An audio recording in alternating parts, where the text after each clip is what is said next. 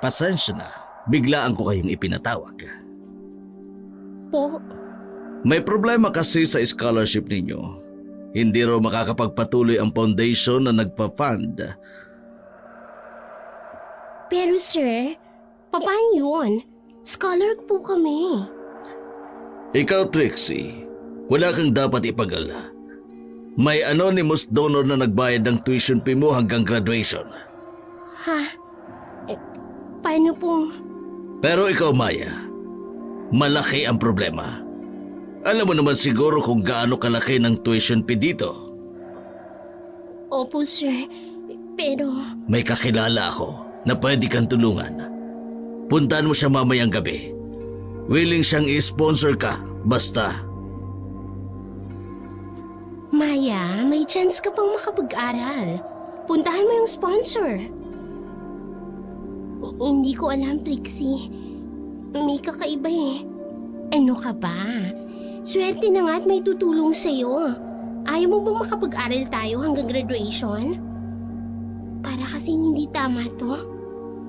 Best, huwag ka na mag-isip ng kung ano-ano. Opportunity na to. Sayang naman kung... Bakit kaya ikaw? May anonymous donor ka. Tapos ako ganito. Parang may mali. Bahala ka. Pero sayang talaga kung hindi ka makakapagpatuloy. Hindi pa rin mawala sa isipan ni Maya ang mga pangyayari. Malinaw para sa kanya na bago sila pumasok sa school, hanggang 4 na taon ang scholarship nila at bayad ang tuition nila hanggang graduation.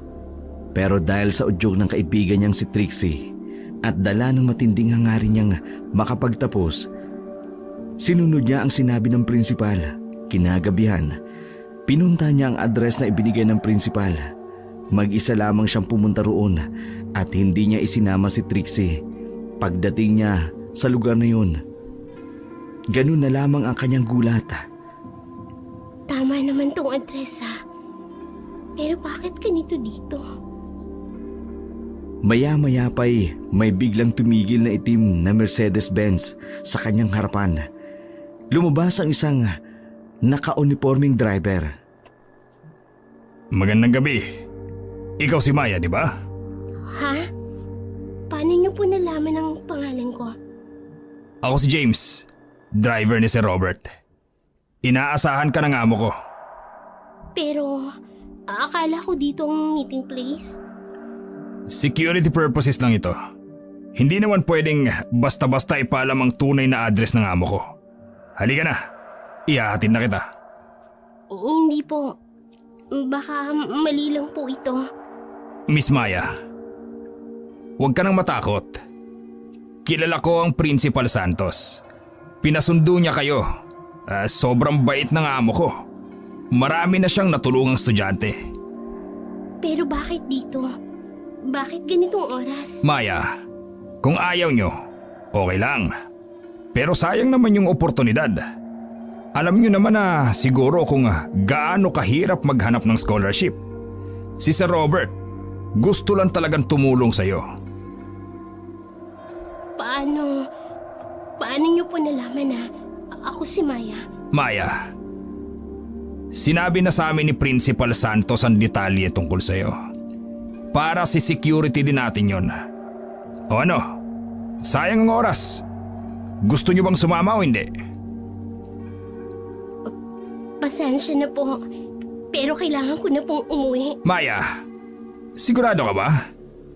Baka magsisi ka. Hindi po. Huwag po kayong lumapit. Sayang ang oportunidad, Maya. Mahirap maghanap ng ganitong klaseng tulong. Lord, salamat po at binigyan niyo ako ng lakas ng loob. Bagaman natatakot si Maya, nilakasan na lamang niya ang kanyang loob. Nagbabaka sakaling may dara ang sasakyan sa harapan ng lugar nila. Dahil sa takot, nawala sa isip niya ang scholarship na ibibigay ng taong kakausapin niya ng gabing yun. Lakad takbo ang kanyang ginawa. Ang tanging nasa isip lamang niya ng mga oras na yun ay ang makalayo sa taong susundo sa kanya. Maya-maya pa'y, Sumakay ka na sa kotse. Binabayaran ako para sunduin ka. Hindi po. Ayoko po. Nagkakamali kayo. Hindi po akong hinahanap ninyo. Ikaw si Maya, di ba? Scholarship ang kailangan mo.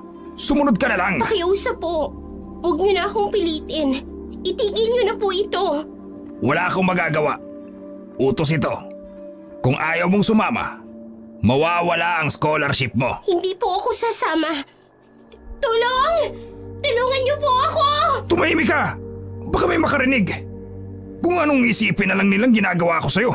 Sumakay ka na! Bitiwan niyo po ako. Isusumbong ko kayo sa mga pulis. Sige, magsumbong ka. Tingnan natin kung sino ang paniniwalaan nila.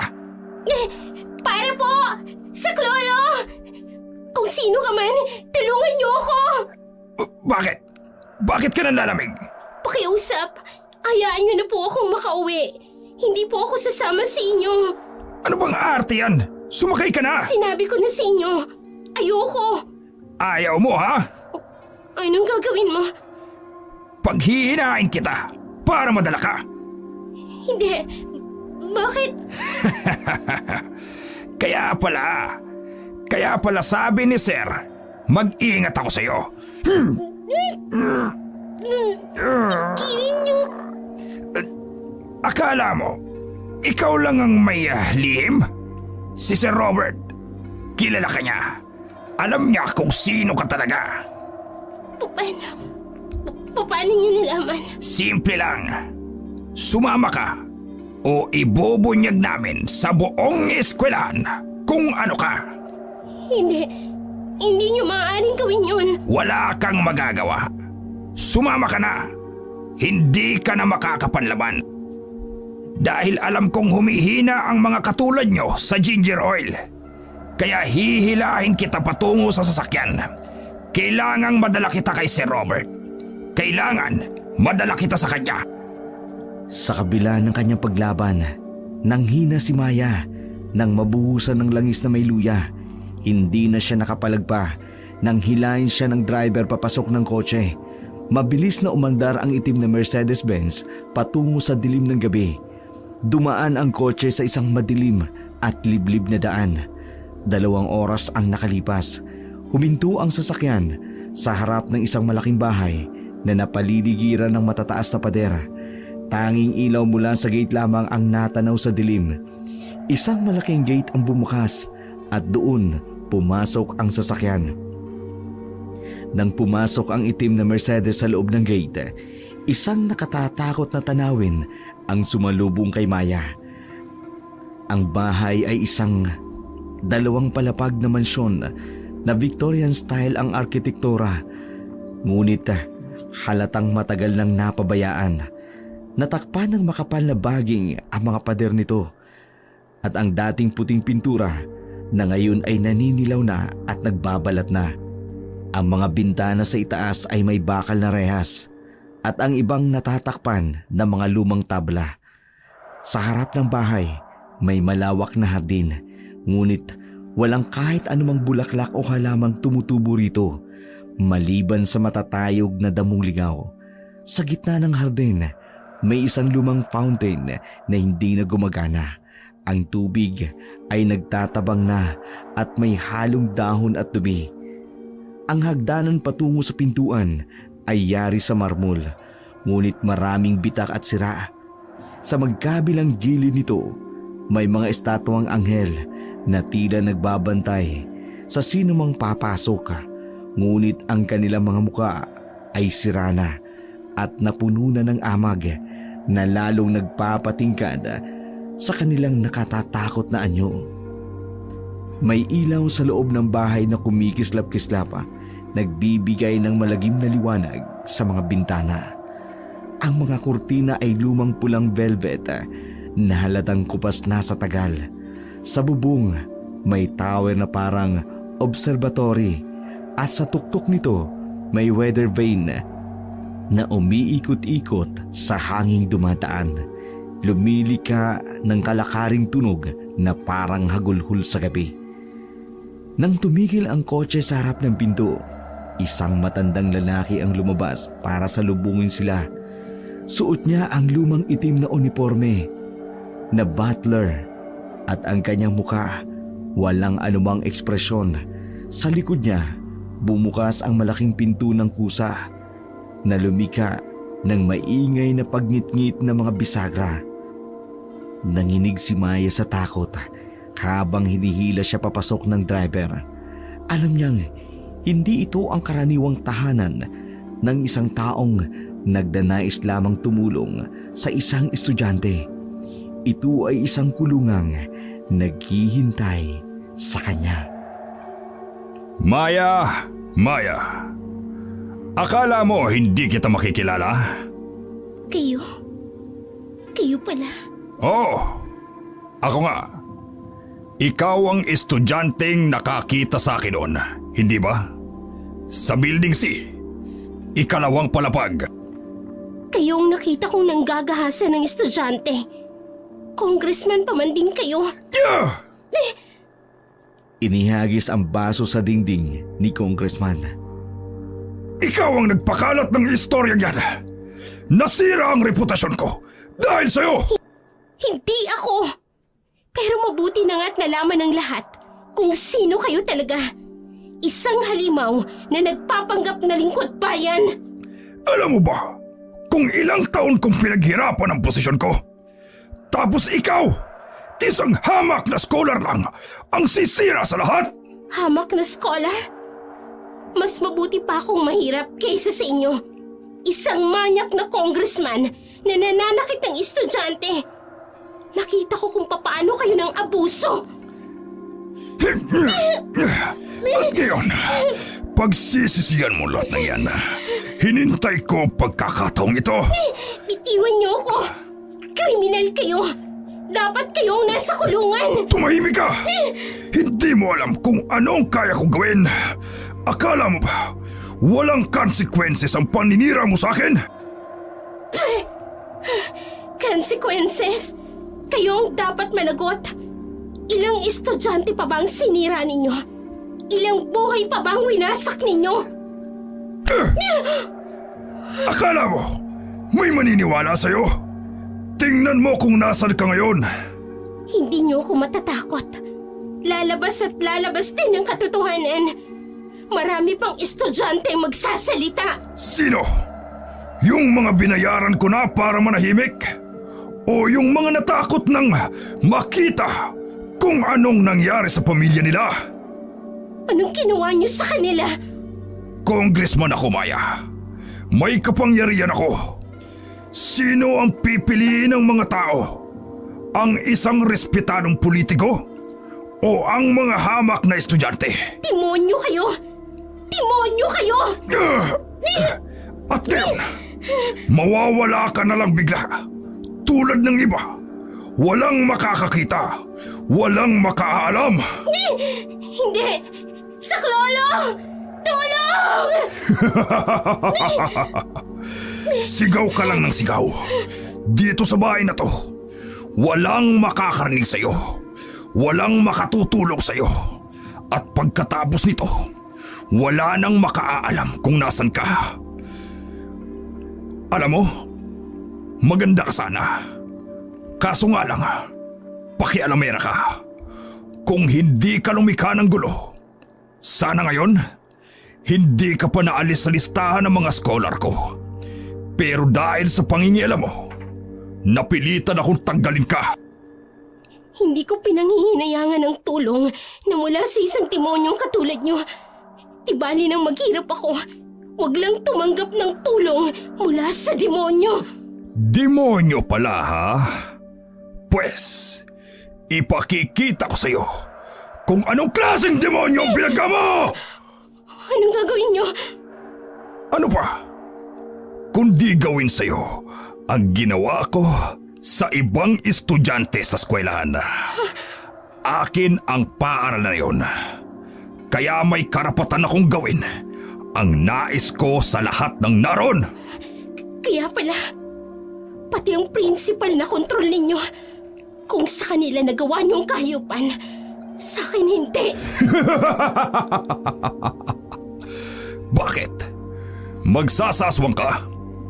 Tingnan natin ngayon kung may magagawa ang pagkaswang mo. Maraming CCTV sa kwartong ito. Kapag nagsaswang ka, malalaman ng lahat ang sikreto mo.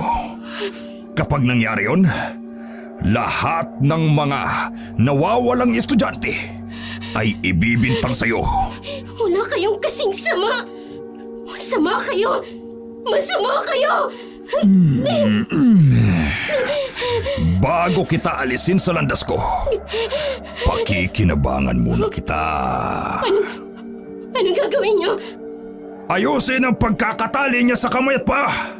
Yes, Congressman. Hindi ka dito.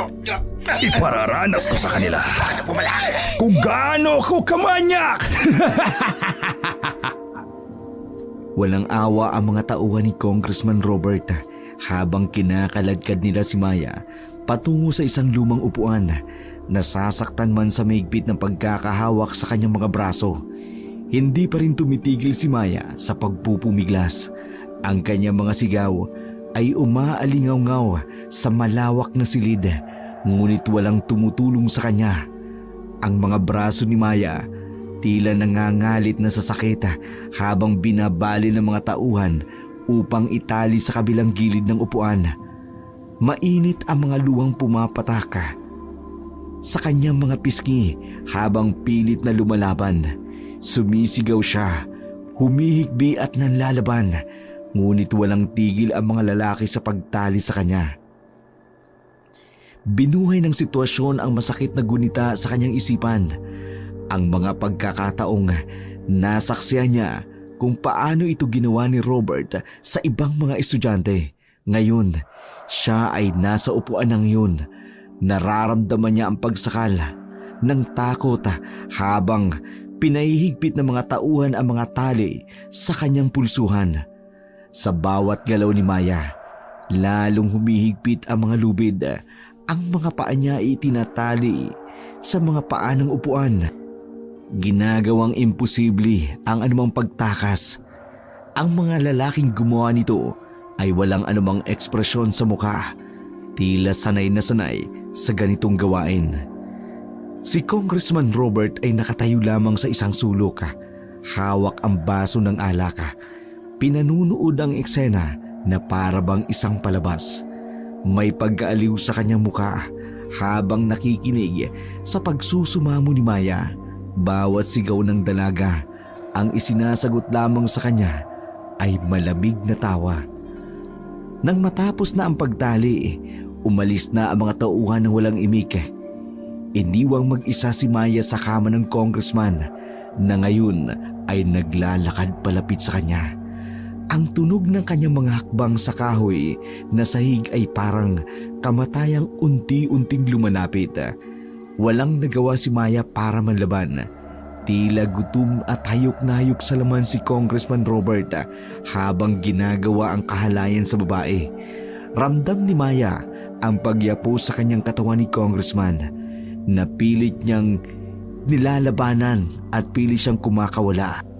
Isang malakas sa suntok sa kanyang tiyan ang natamo niya mula sa Congressman. Nagdilim ang kanyang paningin ng mga sandaling yun at hindi niya namalayan ang mga sumunod na nangyari. Paggising niya, nakahiga na siya sa isang kama. May bahid ng dugo dahil sa kahalayang ginawa sa kanya ng manyakis na congressman.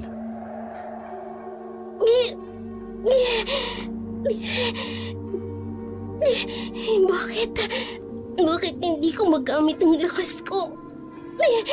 Bakit hindi ako makapagbago? Bakit?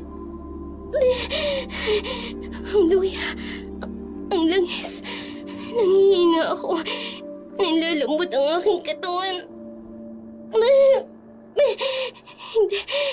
Hindi ito dapat mangyari. Ako'y isang aswang. Dapat kaya kong ipagtanggol ang sarili ko.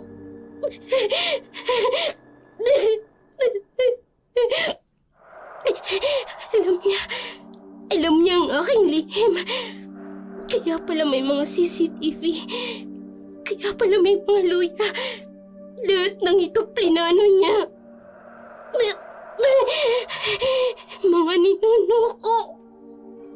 Patawanin niyo ako. Hindi ko nagamit ang kapangyarihang ibinigay niyo.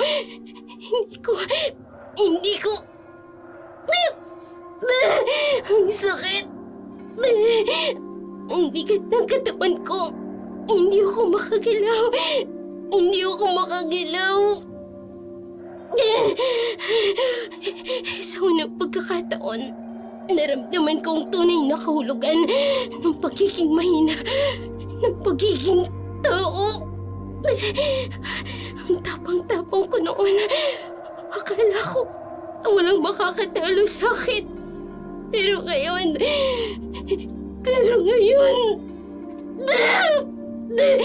Bakit ganyan pa? Bakit sa oras na kailangan ko ang aking lakas?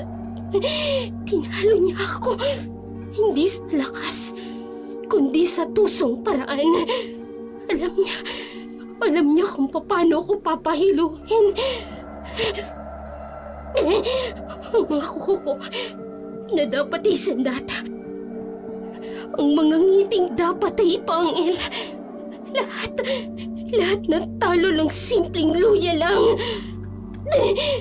Panginoon, kahit minsan ay kinikilala kong aswang ako.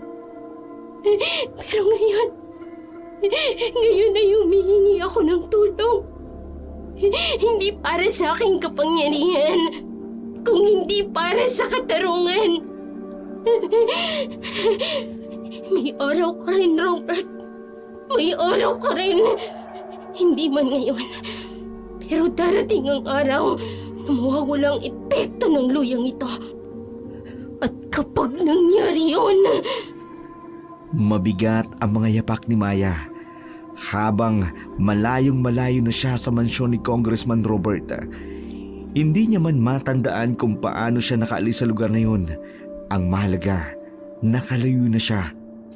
Sa bawat takbang, parang may mabigat na kumakawil sa kanyang katawan ang epekto ng luyang iniligay sa kanya.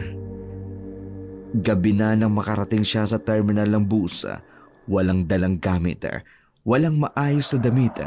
Ang kanyang uniforme ay lukot-lukot, buhok ay magulo, at ang mga mata ay namamaga sa kaiiyak. Nakatingin ang mga tao sa kanya habang pumipili siya ng upuan sa pinakadulo ng bus sa tabi ng bintana kung saan ay walang makakakita sa kanya.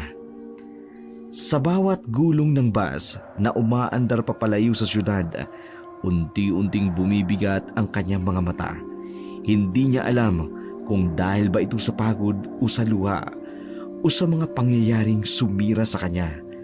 Ang tanging alam lamang niya, kailangan niya makauwi, makabalik sa kanilang probinsya kung saan siya ay ligtas, kung saan siya ay maaaring makapagpahilom ng sugat ng nakaraan.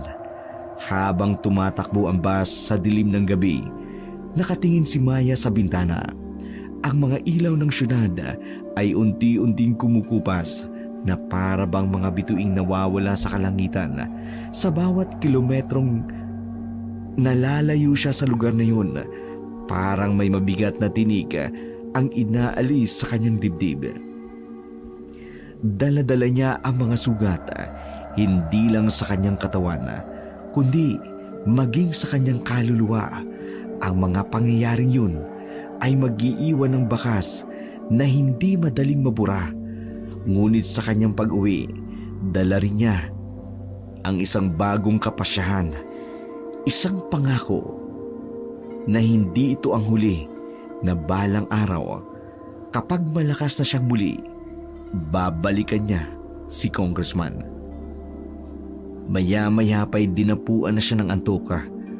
Ang huling imay sa kanyang isipan ay ang kanyang tahanan sa probinsya, ang lugar kung saan siya unang natutong maging malakas, ang lugar kung saan siya muling magiging malakas, at sa kanyang pagtulog, kahit paano'y mapayapa ang kanyang muka dahil alam niyang uuwi siya sa mga taong tatanggap sa kanya ng walang paghatol, sa mga taong magpapalakas ng kanyang loob upang muling makabangon.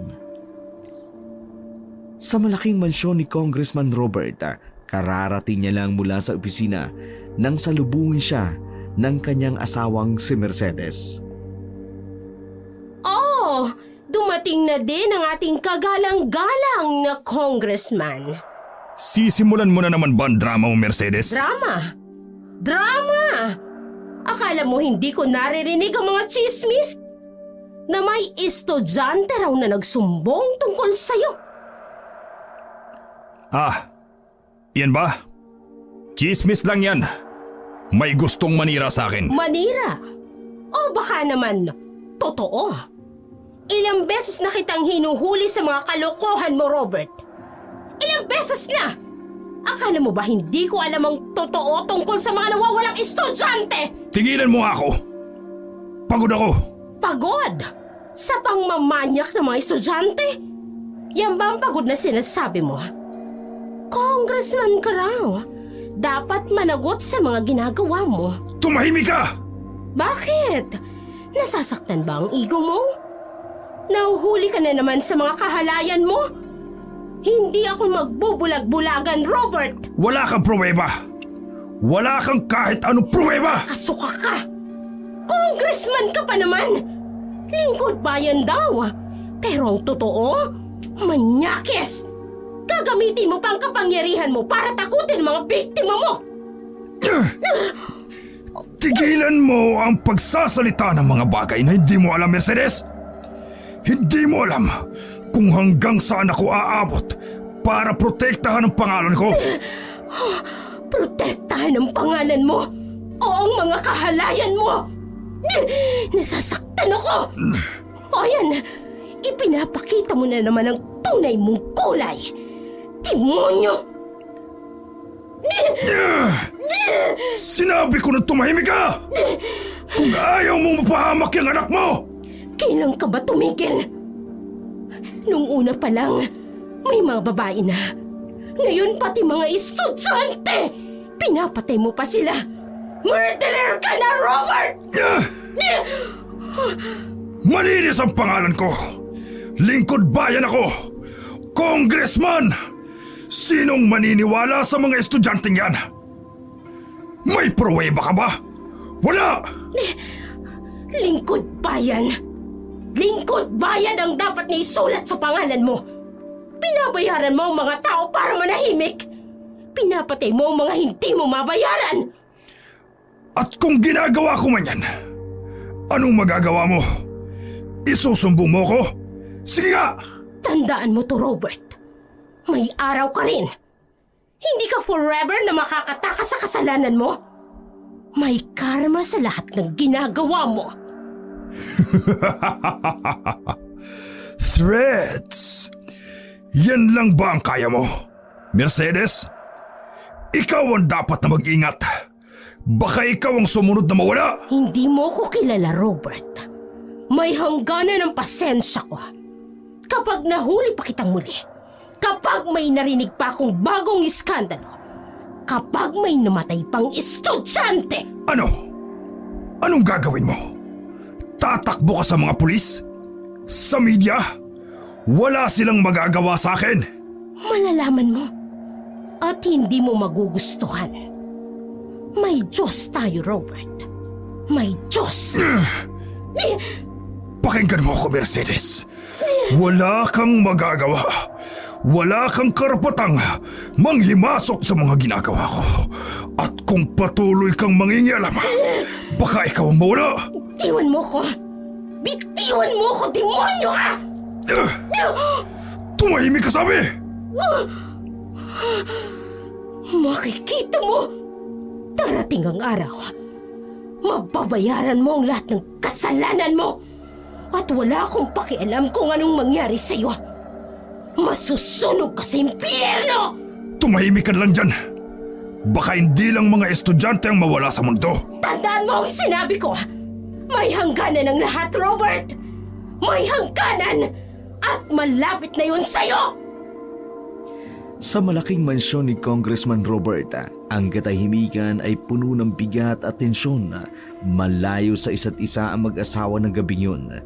Si Mercedes ay nasa kanyang pribadong silid, nag-iisa sa malaking kama, habang si Robert ay nasa kanyang opisina. Sa ibabang palapag, lasing at galit na galit pa rin. Humihikbi naman si Mercedes habang tinitingnan ang mga pasa sa kanyang muka sa harapan ng salamin. Namamaga ang kanyang labi kung saan siya sinuntok ni Robert. Ang mga mata niya ay mapula sa kaiiyak habang paulit-ulit na pinupunasan ng malamig na bimpo ang namamaga niyang pisngi. Nagtitiis siya ng sakit, hindi lang sa katawan, kundi pati na rin ng kanyang kalooban. Sa bawat ikbi ni Mercedes, mas lalong lumalalim ang kanyang galit. Hindi na ito ang lalaking pinakasalan niya. Ang dating mapagmahal asawa ay naging isang halimaw. Paulit-ulit niyang sinasabi sa sarili na dapat na siyang umalis, ngunit natatakot siya, hindi para sa sarili, kundi para sa kaligtasan ng kanyang anak. Sa ibaba naman, si Robert ay patuloy na umiinom. Ang kanyang opisina sa loob ng kanilang bahay ay nagkalat ang mga basag na baso at mga papel. Sa bawat lagok ng alak, mas lalong lumalabas ang kanyang tunay na pagkatao. Minsan-minsan ay naririnig niya ang pagmumura niya, kasabay ng pagbabanta tungkol sa mga nakaalam ng kanyang sekreto. Ang mansyon ay tila sumisigaw sa bigat ng tensyon sa pagitan ng mag-asawa. Ang mga taga-silbi ay tahimik na naglalakad sa mga pasilyo, natatakot na magising ang galit ng kanilang amo. Ang mga gwardiya sa labas ay nagkukunwaring walang narinig, kahit rinig na rinig nila ang pag-iyak ni Mercedes at ang pagwawala ni Robert. Kinaumagahan, mabigat ang hangin bumabalot sa mansyon. Sa malaking dining hall, tahimik na nakaupo ang pamilya para sa agahan. Ang dating masayang almusal, ngayon ay puno ng tensyon. Si Mercedes ay nakasuot ng makapal na makeup para itago ang pasa sa muka. Maingat siyang kumikilos. Iniiwasang maramdaman ang sakit sa mga pasa sa kanyang katawan. Paminsan-minsan, napapahawak siya sa kanyang labi na may maliit na sugat. Sa kabilang dulo at mahabang mesa ay nakaupo si Robert. Nagbabasa ng dyaryo habang umiinom ng kape. Walang bakas ng pagod sa mukha niya mula sa kagabihang pag-inom. Suot niya ang kanyang mamahalin at maayos na Amerikanang coat, handa na para sa isang araw na naman sa Kongreso. Sa gitna ng mag-asawa, nakaupo ang kanilang nag-iisang anak na si Tony, 18 taong gulang. Halata sa mukha ng binatilyo ang pagkalito nito. Sa hindi maipaliwanag na tensyon, paulit-ulit siyang tumitingin sa kanyang ina. Napapansin ang kakaibang kilos nito. Ma, okay lang po ba kayo? Oo naman anak, kumain ka na. Parang ang tahimik niyo po ngayon. Kumain ka na lang. Baka maliit ka pa sa klase mo. Mas sigurado po kayong... Sinabi ng kumain ka na lang. Oh, sorry po pa.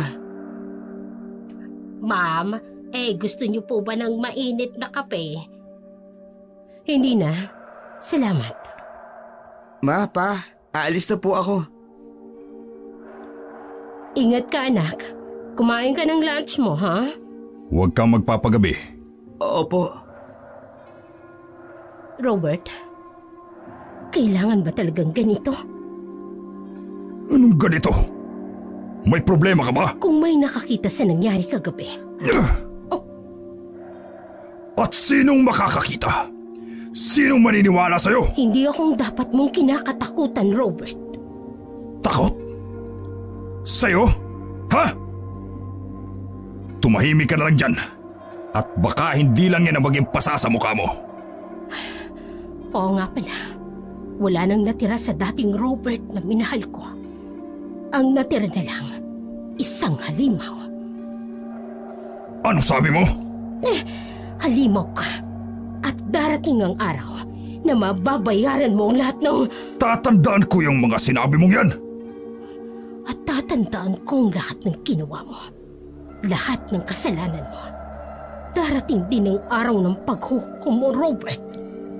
Mabilis na umalis si Robert sa mansyon. Hindi man lang nilingon ang asawang naiwan.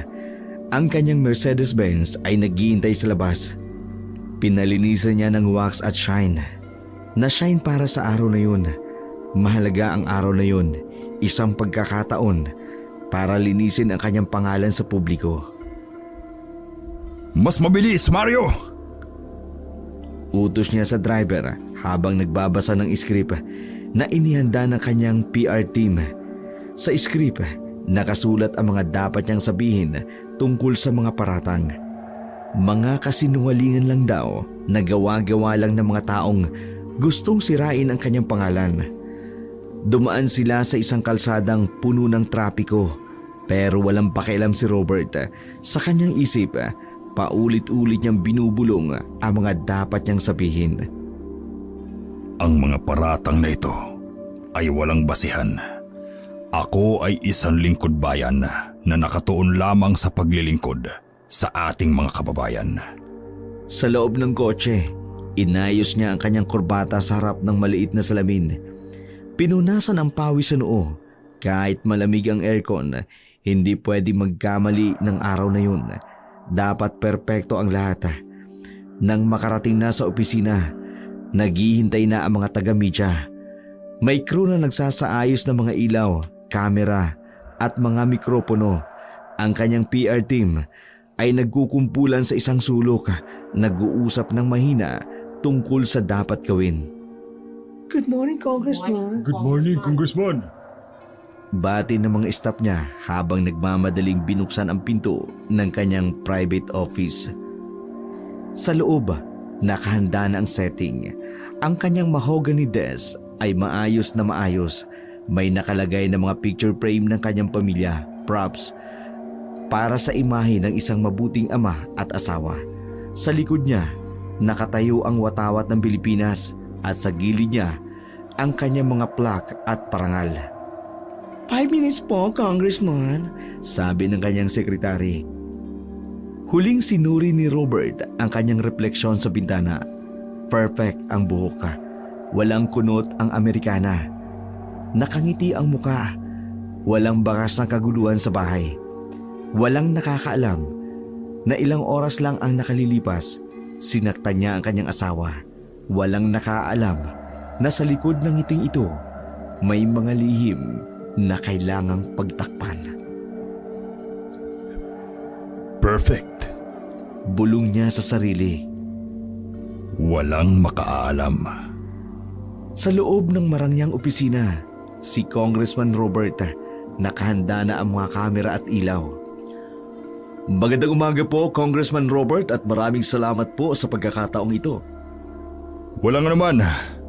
Tungkulin kong magbigay linaw sa ating mga kababayan. Congressman, hindi po natin maiwasang pag-usapan ang kontrobersyal na isyu tungkol po sa mga nawawalang estudyante sa distrito po ninyo. Yes. Napakadelikadong isyu nga yan. At bilang lingkod bayan, labis akong nababahala. May mga nagpaparatang po na kayo raw po ay may kinalaman sa mga pagkawala ng mga estudyante. Ano po ang masasabi ninyo tungkol rito? Nakakalungkot na may mga taong gustong sirain ang aking pangalan. Walang basihan ang mga paratang na yan. May estudyante po kasing nagsumbong. Pasensya na po pero kailangan kong putulin yan. Ang sinabi ninyong estudyante ay may personal na galit sa akin dahil tinanggal ko siya sa scholarship program dahil sa mababang grades. Pero Congressman, may mga CCTV footage daw po. Bilang isang politiko, sanay na ako sa mga black propaganda. Pero bilang isang ama, asawa at lingkod bayan, nakakalungkot na idinadamay pa ang mga inosenteng bata sa politika. Paano niyo po maipapaliwanag ang mga nawawalang... Sa katunayan, naglaan tayo ng pondo para sa mas mahigpit na seguridad sa mga paaralan. Ang ating tanggapan ay may anti-crime program na nagpoprotekta sa ating mga kabataan. Sir, may urgent call po kayo. Pasensya na, may importante akong tawag. Pero bago tayo magtapos, gusto kong iparating sa ating mga kababayan ang mga paratang na ito ay walang basihan. Ako po ay lingkod bayan na naglilingkod ng tapat. Pero sir, hindi pa po tapos ang... Maraming salamat sa pagkakataong ito. Mike, kunin mo ng tawag sa private line. Jenny, tawagan mo ang PR team. Kailangan natin paghandaan ang next move. At Mike, Yes sir. i-monitor mo ang social media. Kung may mag-post man ng tungkol sa interview na to, make sure positive comments lang ang lalabas. Naintindihan mo? Yes sir, kaagad po. Maya, ikaw ang may kagagawa ng lahat ng to. Pero hindi ka makakatakas. Hindi kayo makakatakas. Ako ang may hawak ng lahat ng ebidensya. Ako ang may kontrol. Hello? Kailangan nating pabilisin ang plano. Dapat mawala na sila. Lahat sila. Bago pa may makalam ng totoo. Galit na galit si Robert. Hindi na lang ipinalata sa isang reporter ang kanyang galit. Wala siyang ibang suspecha sa mga nangyayari, kundi si Maya. Naginawa niya ng kahalayan, kaya sa galit ito, inutusan niya ang kanyang mga tauhan na madaliin na hanapin ang babae para patayin. Samantala, sa kabilang dako naman, hindi mapakali si Mercedes sa kanyang higaan. Ang pasa sa kanyang mukha ay sumasakit pa rin, ngunit mas masakit ang pangambang bumabagabag sa kanyang isipan. Ilang gabi na siyang hindi makatulog, paulit-ulit na nagigising sa mga kaluskus at iyak na parang nanggagaling kung saan. Madalas siyang marinig ang mga kakaibang ingay sa gabi, lalo na tuwing may mga nawawalang estudyante.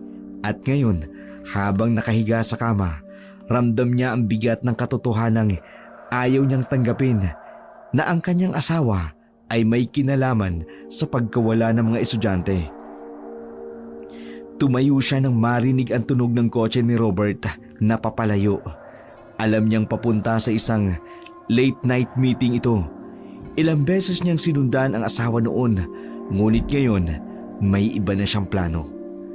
Sa ilalim ng kanya kama, may inilabas siyang susi. Isang kopyang ginawa niya mula sa susing nahulog ni Robert noong isang linggo. Ito ang susi sa kanyang private study, ang silid na ipinagbabawal sa lahat na para sa kanya lamang. Sa isang private study room ni Robert, madaling araw noon. Dapat kong malaman ang totoo. Dapat may ebidensya. Bubuksan ko ang computer niya. Nararamdaman kong meron siyang itinatago. Hindi ako naniniwala sa mga sinasabi niya sa media kanina. Ano ito?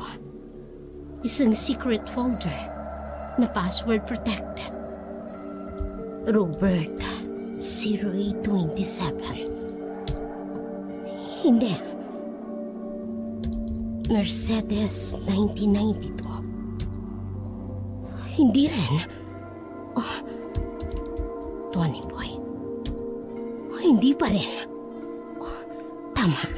May maliit na notebook sa kanyang drawer. Kukunin ko yun. Eto.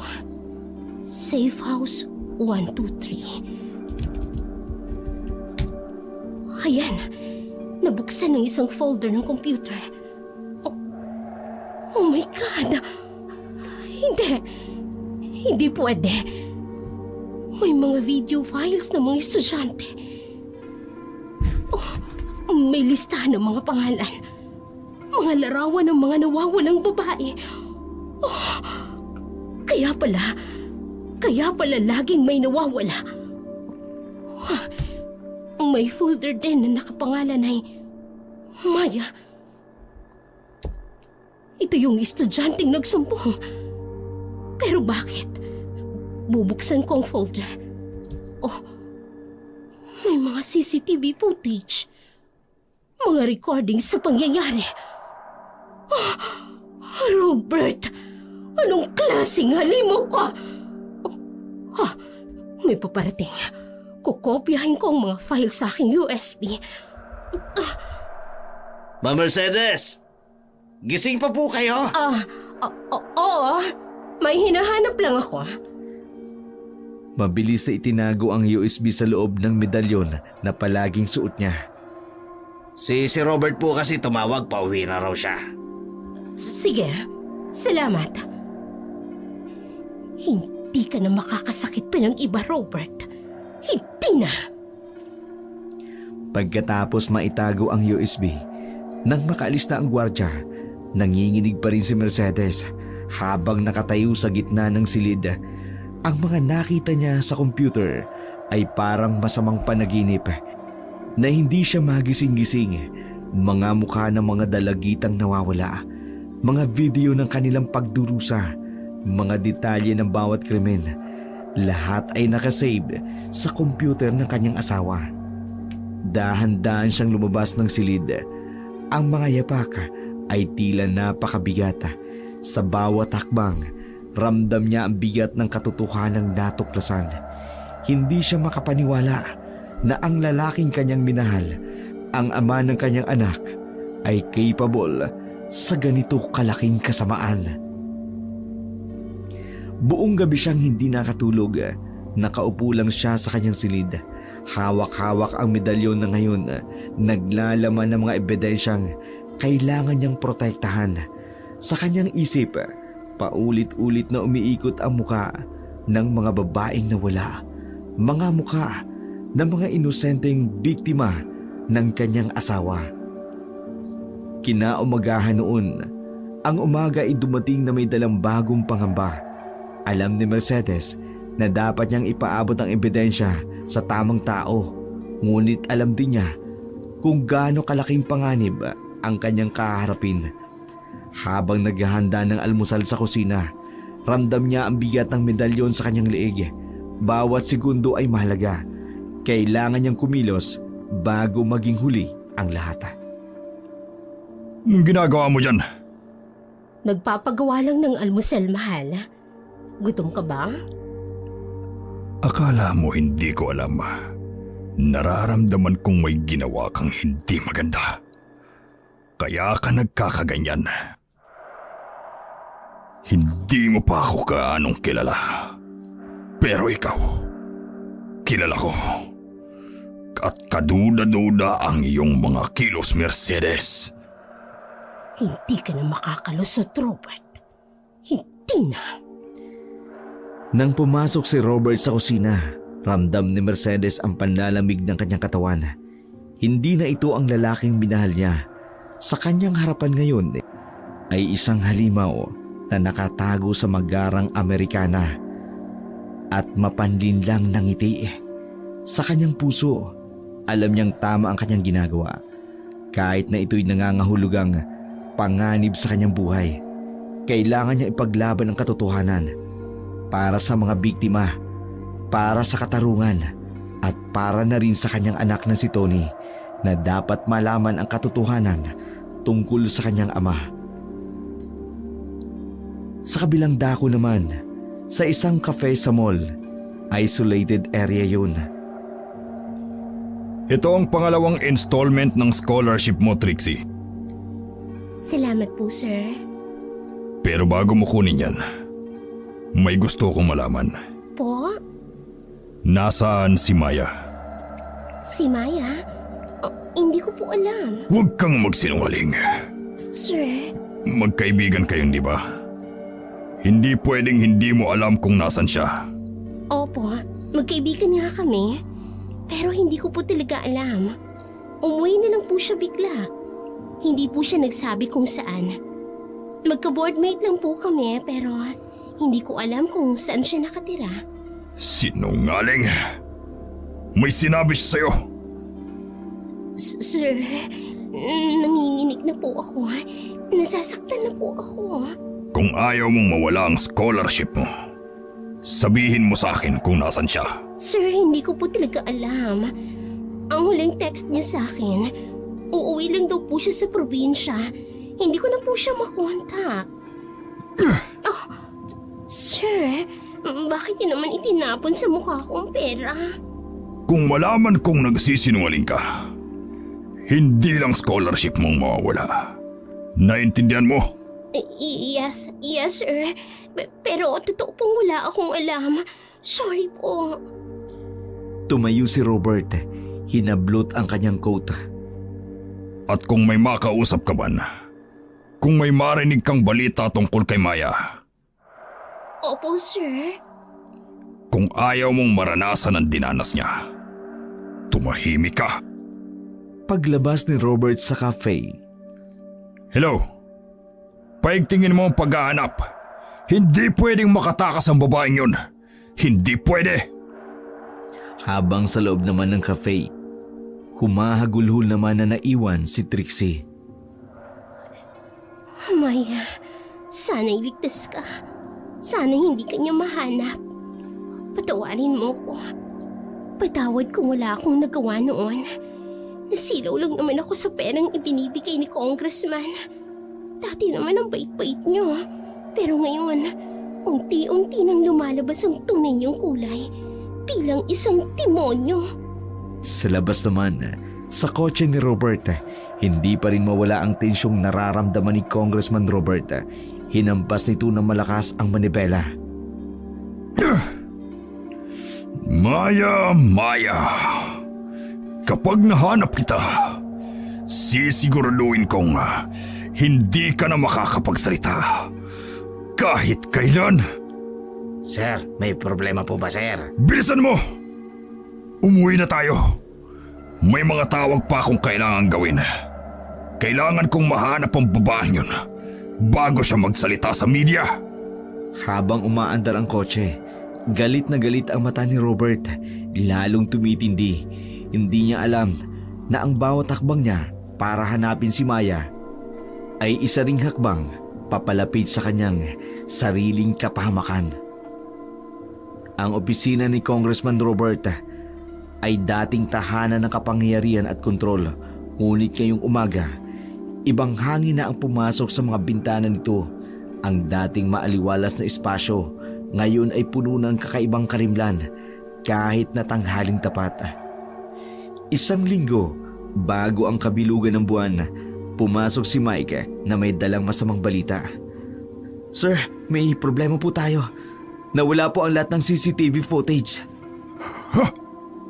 Anong ibig mong sabihin? May backup yan!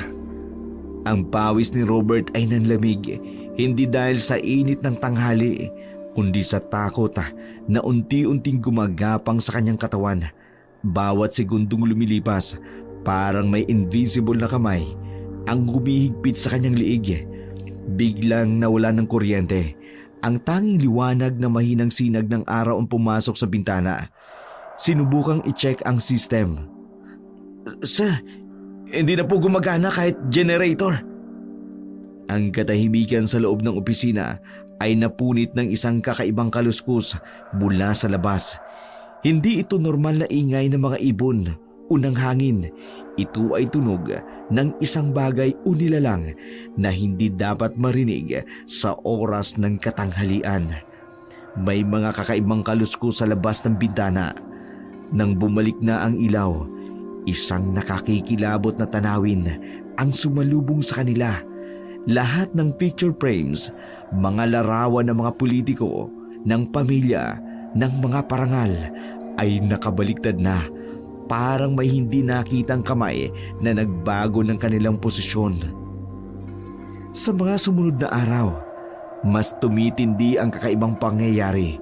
Ang mga bank account na akala ni Robert ay hindi maaaring magalaw ay biglang nawala sa kanyang kontrol. Ang mga video na kanyang itinatago ng napakaraming taon biglang lumabas ng hindi inaasahan. Kinagabihan, sa telepono, ang boses ni Mike sa kabilang linya ay nanginginig. Hindi lang sa takot sa kanyang amo, kundi sa mga nakikita niyang hindi maipaliwanag na mga pangyayari. Sir, may malaking problema tayo. Bawat salita ni Mike parang karayom na tumatarak sa pagkatao ni Robert. Tila ba ang kanyang imperyo ay unti-unting gumuguho at wala na siyang magawa kundi panuuri na lamang ito. Sa kanyang opisina, maya-maya pa'y dumating ang malaking ibon. na nagdala ng mas malalim na takot. Hindi ito ordinaryong ibon.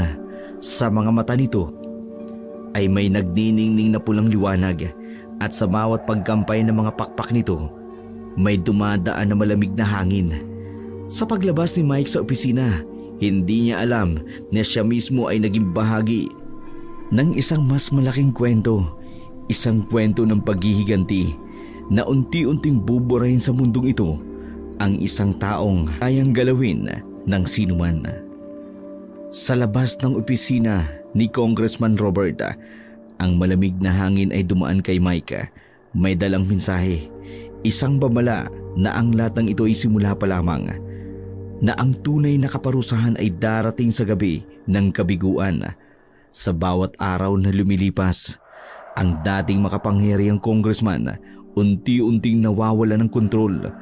Ang kanyang malaking opisina ay parang lumiliit sa tuwing siya ay pumapasok rito, na tila ba ang mga dingding ay unti-unting lumalapit sa kanya. Makalipas pa ang ilang araw, sa opisina ni Robert, pumasok si Mike, dala ang laptop. Sir, may nangyari na naman ho. Ano na naman? Ang itsura ni Robert ay malayo sa dating marangyang congressman. Ang kanyang dating maayos na buhok ay magulo na. Ang kanyang mamahaling Amerikana ay lukot-lukot na. Sa ilalim ng kanyang mga mata ay malalim ang mga bilog na pagod at takot. Sir, lahat po ng computer sa opisina, may lumalabas na video. Video? Anong... Bago pa man magsalita si Robert, bigla na lang gumalaw ang laptop ni Mike. Sa screen, lumalabas ang mukha ni Maya. Umiiyak, nanginginig, nakagapos siya sa selya. Tumayo ang congressman at hinampas ang laptop. Patayin mo yan! Sir, hindi ko po magalaw. Lahat po ng computer sa building ganito ang... Biglang tumunog ang intercom.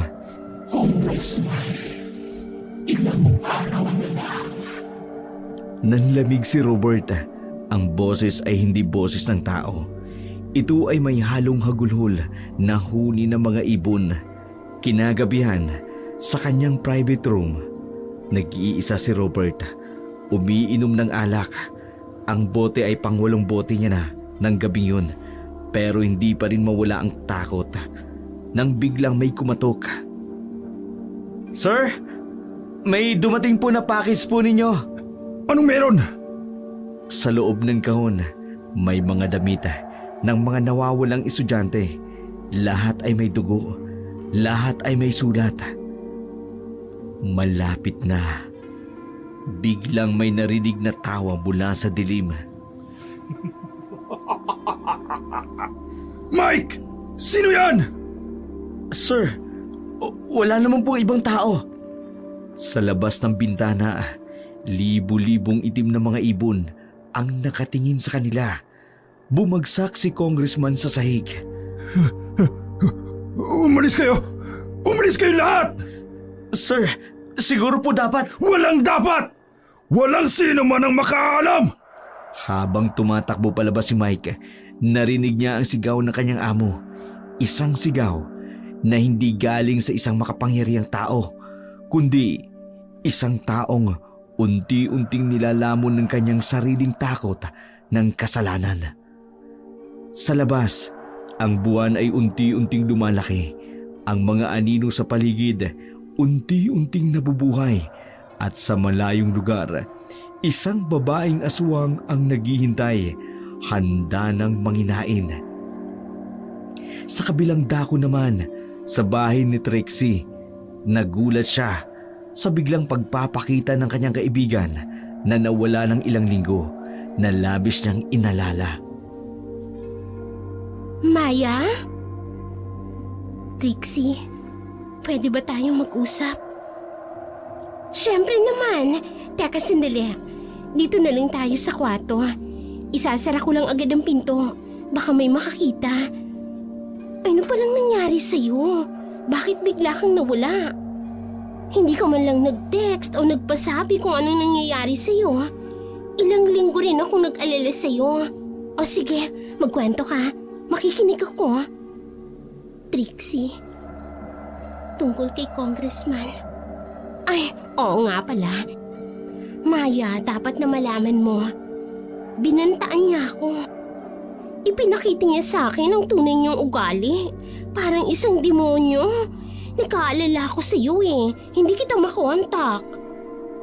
May mas malala pa, Trixie. May ginawa siya. Anong ginawa niya? Bakit ka pa biglang nawala? Sobrang kinabahan ako. Kinahasan niya ako, Trixie. Pinaamoy niya sa akin ang pampatulog. Itinali niya ang mga kamay at pa ako. Tapos... Oh my God, Maya! Demonyo talaga siya. Akala ko mabait siya. Akala ko totoo ang kabutihang ipinapakita niya sa mga estudyanteng babae. Kaya pala ganoon na lamang ang pagbabanta niya sa akin. Hindi ko siya patatawanin, Trixie. Sisingilin ko siya sa kahayop ang ginawa niya sa akin. Sa gagawin ko, pagsisisihan niya, kinanti niya ako. Naiintindihan kita, Maya. Galit din ako. Pero natatakot ako. Delikado yan, Maya. May power siya. Baka kung ano pang gawin niya sa'yo. May mga tauhan yan. Hindi ako natatakot sa kanya. Pero ako, natatakot ako para sa'yo. Alam mo bang, may mga nababalitaan akong nawala. Yung mga bumabangga sa kanya, ayokong mangyari sa'yo yun, Maya. Kaibigan kita. Huwag kang mag-alala sa akin, Trixie. May paraan ako. Anong paraan? Pag-usapan natin to.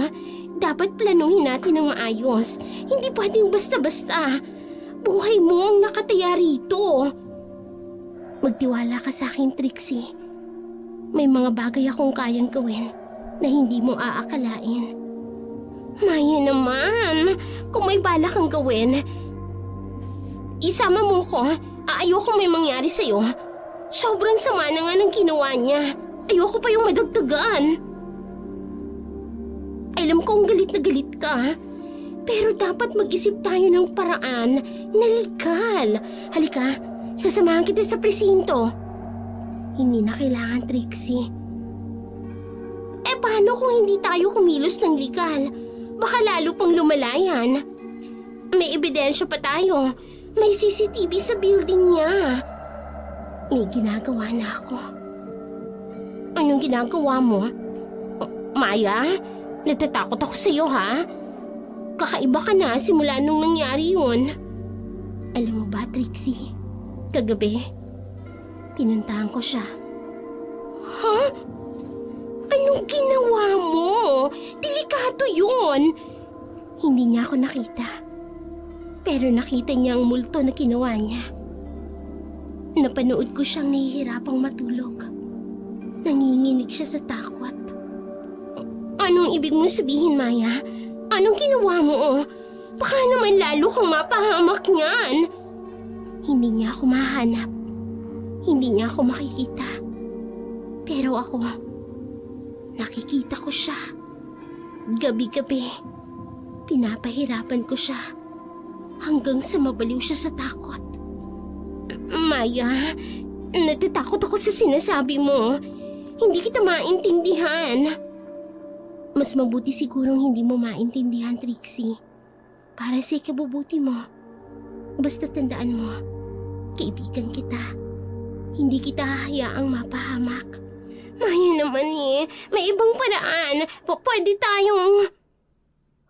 May mas mabisang paraan ako, Trixie. Makikita mo rin sa susunod na mga araw kung paano mawawala ang ngiti sa mukha niya. Kung paano siya masisiraan ng pait.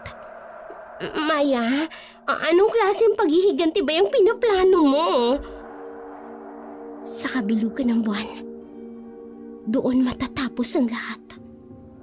Doon makikita niya kung gaano katindi ang kasamaang ginawa niya. Hindi lang ang isip niyang mawawala, pati na rin ang kaluluwa niya. Sa kabilugan ng buwan, doon malalaman ng lahat kung sino talaga siya at kung sino talaga ako. Marami mang katanungan sa isipan ni Trixie dahil sa mga huling sinabi ng kaibigan, pero wala na rin siyang nagawa para umamin ang kaibigan tungkol sa mga sinabi nito. Dahil bigla na lamang umalis si Maya ng gabing yun. 3 araw bago ang kabilugan ng buwan, ang opisina ni Robert ay naging parang kulungan. Mga bintana ay natatakpan ng malaking kurtina, pero kahit ganun, parang may mga matang nakatingin sa kanya mula sa labas. Sa private room niya, 3:00 ng madaling araw, nakaupo siya sa sulok, may hawak na baril. Alam kong nandyan kayo! Alam kong nandyan kayo! Sir! Kailangan po natin pag-usapan ang media statement. Hindi ako lalabas! May mga multo sa labas! Sa labas ng pinto, naririnig ni Mike ang pag-iyak ng kanyang amo. Hindi ito iyak ng takot. Ito ay iyak ng isang taong unti-unting nawawalan ng sariling pag-iisip. Biglang tumunog ang cellphone. Hello? Congressman, bakit mo kami pinatay? Hindi! Hindi kayo totoo! Robert, kailangan mong umuwi. Si Tony! Aswang ka, no? Ikaw si Maya! Robert, ako ito! Ang asawa mo! Sir, ibaba niyo ang baril niyo. Nang may dumaang anino sa likod ni Robert, Congressman, ilang araw na lang. Umalis kayo! Umalis kayo! tumakbo palabas si Mercedes at Mike. Mike, kailangan na nating gawin ang plano. Hindi na siya normal. Opo ma'am, nakausap ko na po yung reporter. Handa na po ang lahat ng ebidensya. Sa loob naman ng opisina, nag-iisa si Robert. Nakaupo sa sahig, hawak pa rin ang baril. Ang pawis ay tumutulo sa kanyang muka kahit malamig ang hangin. Nang biglang may kumatok sa bintana, dahan-dahan siyang lumingon. Sa labas, nakadamba ang isang malaking itim na ibon. Pero hindi normal na ibon ito. Ang mga mata nito ay pula. Ang bibig nito ay may duguan na ribon ng estudyante. Hindi ka totoo! Hindi ka totoo! Biglang namatay ang ilaw sa dilim. May mga bulong siyang naririnig. Congressman, ilang araw na lang. Bakit mo kami pinatay? Malapit na, Robert. Malapit na. Miss niyo na ba kami? Sa labas ng building, walang nakakakita ng libu-libong itim na ibon na nakapaligid sa gusali. Walang nakaririnig ng mga kakaibang huni na parang mga iyak na mga batang babae.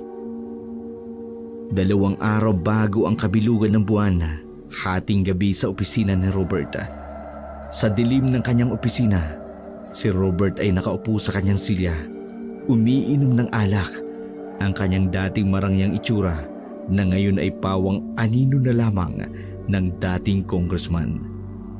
Biglang may dumaan na malamig na hangin. Congressman, miss mo na ba ako? Hindi! Hindi ikaw yan! Unti-unting lumitaw ang anyo ni Maya mula sa dilim. Hindi na ito ang dating mahiyaing estudyante. Sa kanyang mga mata, may mga pulang liwanag. Ang kanyang mga kuko ay matatalim. Bakit, sir? Takot ka ba? Hindi ba't ikaw ang malakas? Ikaw ang makapangyarihan? Layuan mo ako! Tulad ng sabi mo noon, walang makakarinig sa sigaw mo rito. Anong gusto mo? Gusto kong makita kung paano ka unti-unting mababaliw sa takot. Tulad ng mga biktima mo. Pinaputok ni Robert ang baril pero dumaan lamang ang bala kay Maya. Akala mo ba kayang patayin ng isang patay na? Hindi! Hindi totoo to! Congressman, natatandaan mo pa ba kung ilang estudyanteng winasak mo? Ilang buhay ang sinira mo? Hindi! Hindi totoo yan! Ilang araw na lang. Ilang araw bago ka makatagpo ng tunay na kamatayan. Patawad! Patawad! Huli na ang lahat, Congressman. Sa kabilukin ng buwan, makikita mo kung gaano kasakit ang kagat ng isang aswang. Mike! Mike! Sir, anong nangyayari ho? Nakita mo ba? Nakita mo ba siya? Sir, wala pong ibang tao rito. Sa labas ng bintana, isang malaking ibon ang nakatingin. Sa mga mata nito ay pulang liwanag ng paghihiganti. Lalong tumindi ang nangyayari kay Congressman Robert. Ito ang ginagawa ni Maya sa kanya. Isang paghihiganti na hindi mapapahamak pa ang kanyang angkan. Isang araw, bago ang kabilugan ng buwan, umaga sa mansyon ni Robert. Ang dating magarang mansyon na ngayon ay tila bahay ng multo. Lahat ng katulong ay umalis na. Ang mga gwardya, isa-isang nag-resign. Tanging si Mike lang ang nanatili, saksi sa unti-unting pagbagsak ng kanyang amo. Sa master's bedroom, nakatulala sa salamin, mukhang wala na sa sarili. Mike! Hanapin mo kung nasaan yung mga video! Anong video po, sir? Yung mga video! Kailangan kong makita kung totoo sila! Habang hinahanap ni Mike ang mga video file, isang pamilyar na boses ang biglang kumanta. Isang araw na lang, isang araw na lang. Lumingon si Robert sa bintana. Mike! Narinig mo yun? Yung kumakanta! Sir, wala pong kumakanta. Maya-maya pa'y tanghalian na namang oras na yun sa dining room. Robert, kailangan mong kumain. Lason to! Alam kong lason to! Biglang may nahulog na pulang patak sa kanyang pagkain. Dugo! Dugo! Pero wala siyang makita. Sa kisame, walang bakas ng dugo. Kinagabihan, sa kanyang private room. Hindi ako matatakot. Hindi ako matatakot. Talaga lang, Congressman. Hindi ka matatakot. Lumitaw si Maya mula sa anino. Bukas ng gabi, makikilala mong tunay na takot. Patawad na! Patawad na! Alam mo ba kung ilang beses nagmakaawa ang mga biktima mo? Ilang beses silang humingi ng awa? Biglang napuno ang kwarto ng mga boses ng mga babaeng estudyante. Sir, Congressman, tulungan niyo ako!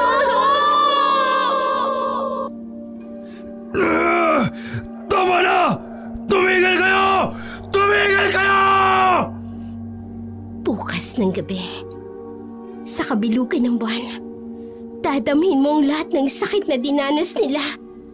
Unti-unting nawawala si Maya sa dilim, pero naririnig pa rin ang kanyang boses. Maghintay ka lang, Robert. Maghintay ka lang. Tumakbo si Robert palabas ng kwarto. Mike! Mercedes!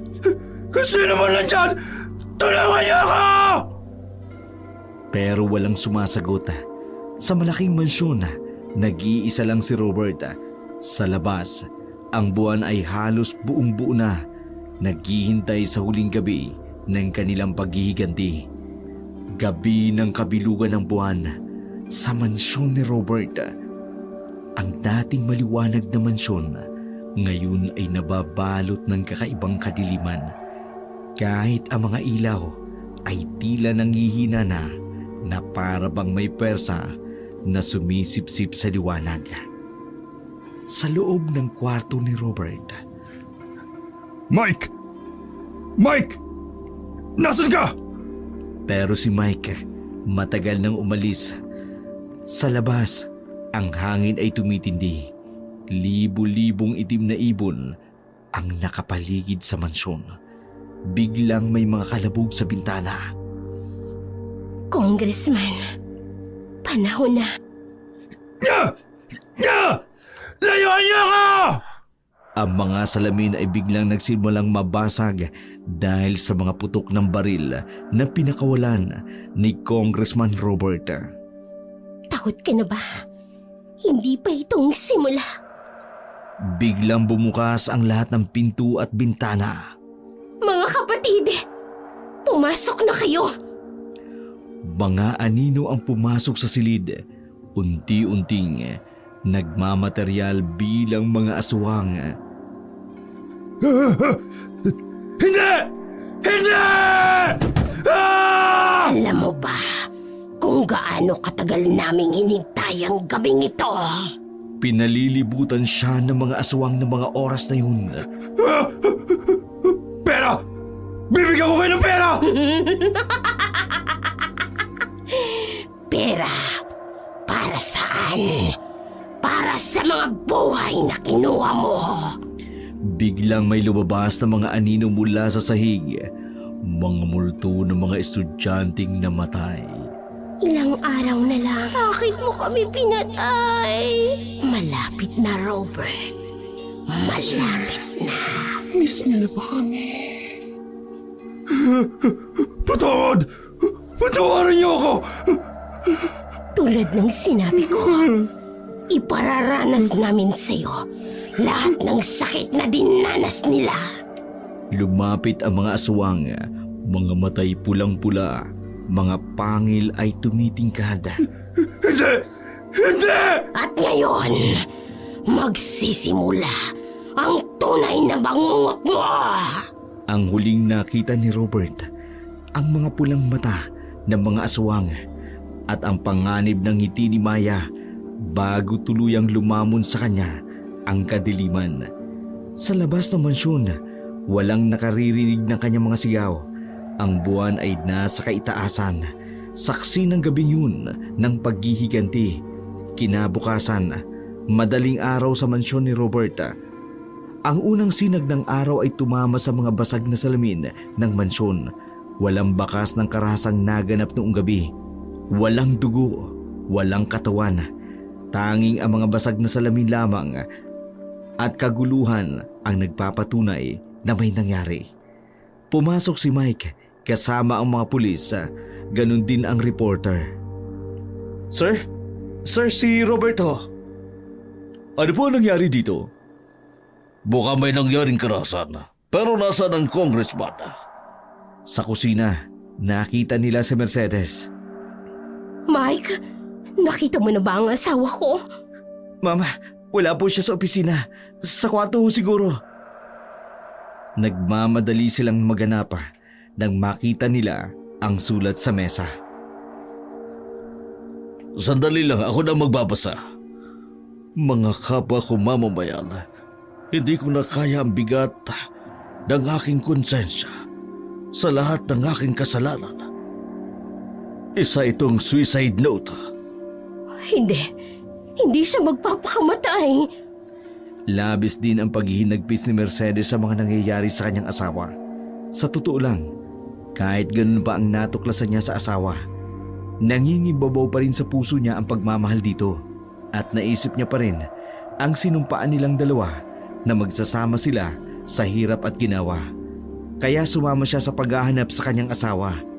Sa highway, ilang kilometro ang layo. Natagpuan ang kotse ni Robert. Nakabukas ang pinto. Sa loob, may manggas ng Amerikana, may dugong tuyo. Walang bakas kung nasaan siya. Agad namang naging laman ito ng balita, kaya kinagabihan, napanood ng lahat ang balita tungkol sa pagkawala ng congressman.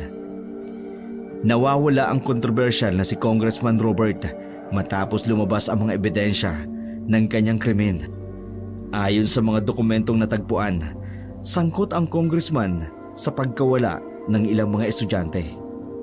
Samantala, Sa malayong probinsya naman, sa bahay nila Maya. Kumain ka na, Apo. Tapos na ang lahat. Opo, Lola. Tapos na. Anak, hindi ka na nila mahahanap dito. Ligtas ka na. Alam ko po, Inay. At alam kong hindi na siya makakasakit ng kahit na sino pa. Samantala, sa labas naman ng bahay nila. Ate, tingnan mo oh. Ang dami nilang kaibigan. Oo nga, Totoy. Marami tayong kaibigan. Naibsan ang tinik sa lalamunan ni Maya pagkatapos ng mga pangyayari. Kahit nasa lungga siya ng kanyang mga kalahi, mayroon din naman silang radyo na pinakikinggan para malaman ang mga kaganapan sa labas ng kanilang lungga.